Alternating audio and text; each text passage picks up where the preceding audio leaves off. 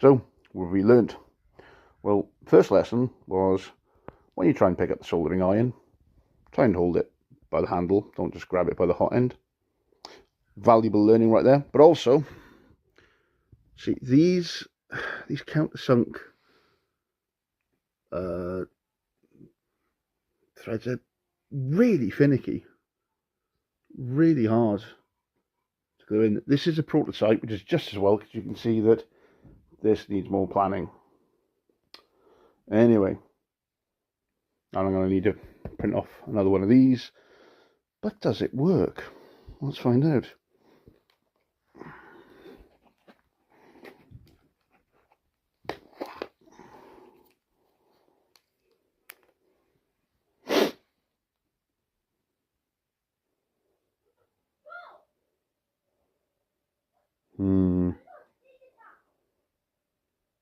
Maybe not.